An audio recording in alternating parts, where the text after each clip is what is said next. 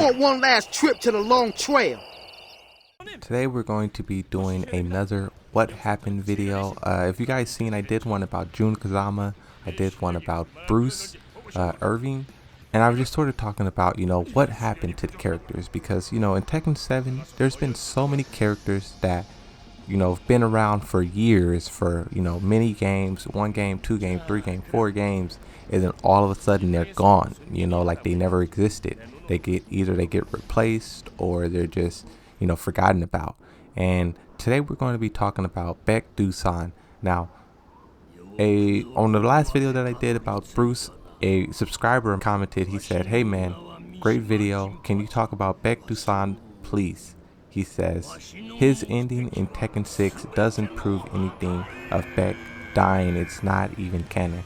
That kind of just got me thinking, and it kind of just wanted me to do some research, right? When I go into a lot of these videos, I'm learning as I'm going, right? Because I don't really know all the lore and, everything about all these characters. So, I kind of focus on Yoshimitsu, and I'm like a Yoshimitsu master. So when I do these videos, I'm learning a lot too. I'm going to start by, just talk a little bit about the character Baek Returns, and I'm going to just start reading his biography, basically, like all of his appearances in Tekken. So it first starts off, it says, in Tekken 2, Baek first appears as Martial Law's Stage 8 sub-boss. This is because he had attacked Law's dojo due to being blackmailed into destroying a competitors of Law's who knew the truth behind Baek's father's death. If you guys don't know what that's going to be about, the Baek father's death, I'm going to touch on that in a second. In Tekken 3, Baek is not present, but he was in a sense replaced by his pupil Haran, right? That's something we all know. He eventually became replaced, right? They created Haran, which I think is a phenomenal character, but he got replaced. Now, this is where we're going to jump into the actual story, right? Starting with Tekken 2. Baek Returns, a master Taekwondo, is the son of a former Taekwondo champion, right? During his childhood, his father received a career-ending injury. Devastated, his father turned to alcohol and became a heavy drinker, which ultimately led to his incarceration, right? So he was a champion, fell off, started drinking, and got arrested, right? Plunged into a life of poverty, the young master family was forced to deal with hard times, and just when things looked as though they couldn't get any worse, his mother disappeared, leaving him and his siblings alone. And this is kind of something that we've seen a lot in Tekken. I just want to stop and sort of talk about this. We see the characters of Tekken all growing up in kind of poor situations. Maybe, parents isn't there, they have to live on the streets. This is kind of a thing that I'm noticing throughout the story, right? The characters in Tekken 7 has rough childhoods, but it says, not too long after that, his father escaped from prison to assist the family, but due to deprivation of proper nourishments, Baek mistakenly killed his father, a man he respected above all else, right? So the father broken out of prison, and for those of you who don't know, prison is a very, hard place, right? Some people, they either work out a lot, or some people, they either get super skinny and super malnourished, right? So he broke out, and when he came home, he kind of looked like this skeleton person, you know what I mean? And Baek didn't recognize him, and Baek killed him. Maybe after the fact he realizes, and that's something that can really haunt you. You think you're protecting your siblings, and you end up killing your father who's broken out, you know what I mean? The frightening experience left him traumatized, driving him crazy every time he saw blood.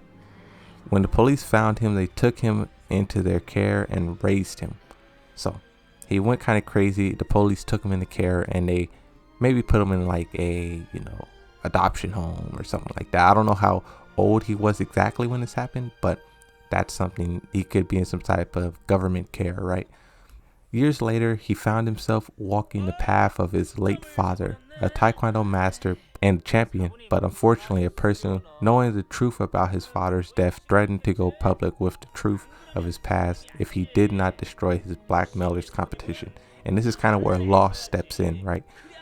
The attack on the martial arts school martial law instructs at took place, that's a weird sentence, while the school instructors was away. A confrontation between Baek Dusan and martial law is inevitable. Baek is seen sitting on a bench outside a park. He takes his pocket out containing a photo of him and his father. Baek reminisces about his training session with his father, remembering the great person he was and how much he loved him.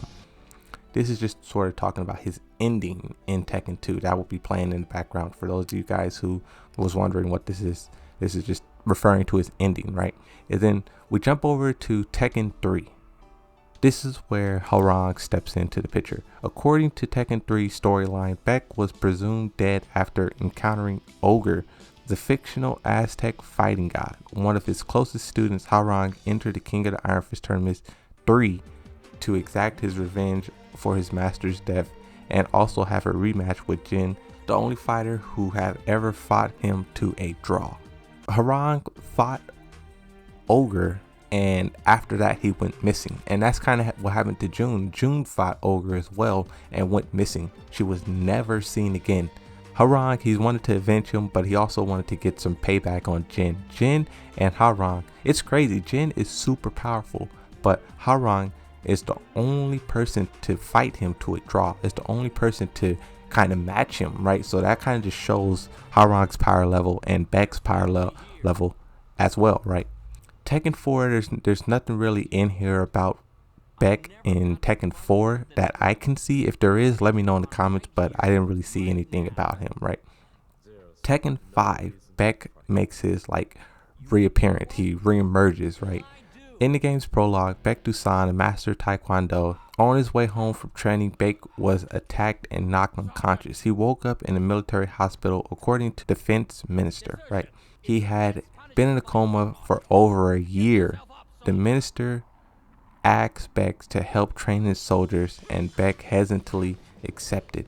So this is interesting. He was walking home and was knocked unconscious. Now, I don't know if this is just a cover-up. You know, maybe he was fighting Ogre, and Ogre, knocked him unconscious, threw him super far or whatever happened, right? But maybe Ogre knocked him unconscious and he was presumed dead, and then the police showed up and it was like, this guy was fighting Ogre and he survived. Like, maybe he can teach us something. That sounds more likely than him just getting beat up by somebody random on the street. This guy's a master. A year later, Baek writes to Hwoarang asking him to return to the military.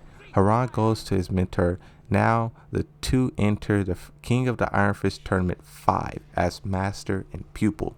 So after training the military, he writes to Hwoarang and he says, let's team up once more, let's reunite, and let's join the Iron Fist and let's dominate, basically. You know what I mean? That's kind of what I'm getting from this, right? Ending for Baek Dusan is Hwoarang, sort of facing these three thugs in the alleyway. Baek Dusan, he shows up and he eventually beats up the guys and he drags Hwoarang off. I'm guessing, to train or whatever, right? But that was kind of it for Tekken 5. They didn't really do anything too spectacular. In Tekken 6, now Tekken 6 things got a little bit more interesting, right? Baek entered the King of the Iron Fist Tournament 5 alongside his disciple Hwoarang. However, Baek withdrew from the tournament when he found out that Hwoarang lost to Devil Jin, right? Hwoarang lost to Devil Jin and he was seriously injured. Baek then rushed to the hospital to visit Hwoarang, although Hwoarang's condition wasn't considered as something serious after his treatment, right? So Devil Jin whooped on, and that's crazy. Jin was pushed to the edge so much by Hwoarang, he had to go into his devil form and really, put the hurt down. You know what I mean? Hwoarang wouldn't wake up, and Baek started blaming himself for being an inadequate instructor, right? It took Hwoarang 3 days to regain consciousness. Then they discussed the details, and Hwoarang told Baek that he not only has to recover, but he has to strengthen himself even further. Baek sensed his strong will and his unprecedented modesty, right? And hence decided to teach him everything he knows. Baek and Hwoarang returned to Korea and endeavors to practice intensely. Eventually, the announcement of the King of the Iron Fist Tournament 6 came from the Mishima Zaibatsu, and Baek decides to enter the tournament one last time to widen his personal experience and collection. So one last time. He's like, this is the last time. From this point, it kind of goes into that mysterious realm. We have some in-game text and, you know, some quotes and things like that that we can discuss to really figure out what really happened. It says in-game text: Baek has defeated Azel, but soon collapses after the harsh fight. And this is sort of describing the Tekken 6 ending, right? That's all we know about Baek Dusan. And something, and like the comment said at the very beginning, he said this isn't canon. So I kind of want to try to figure out who actually killed Azel, to figure out if Harang was even there, right? Because the endings of Tekken 6, there's a lot of people who interacted with Azel, and a lot of it is not canon, you know what I mean? So I want to try to figure out who killed Azel. Okay, so as it stands, Baek Dusan status, whether he's alive or dead, is currently unknown. If I had to take a guess right now, I would say he's still alive, because I know just from, you know, playing Tekken over the years that Baek Dusan was not the one to deliver the final blow on Azel. I don't know if he even actually seen Azel or not, because the reason why I say this is in Yoshimitsu's ending, he also beats Azel and he absorbs the power and he becomes like this corrupted person, right? This corrupted creature. And that is not at all what happens, right?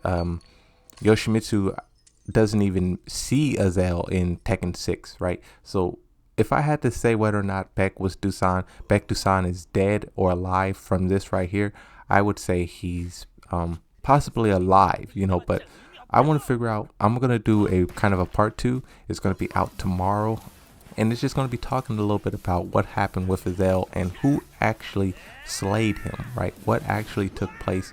And I just want you guys to look forward to that. Stay tuned for that. Leave a like, hit that subscribe button. Let me know if you enjoyed this, and also put in the comments, who do you want to see next, right? Which character do you want me to cover next? And I'll try to get to it. But that's going to be it for this video. Hopefully you guys enjoyed. Stay tuned for that Azel part 2 tomorrow. And I'll see you guys next time. Thanks. Bye bye.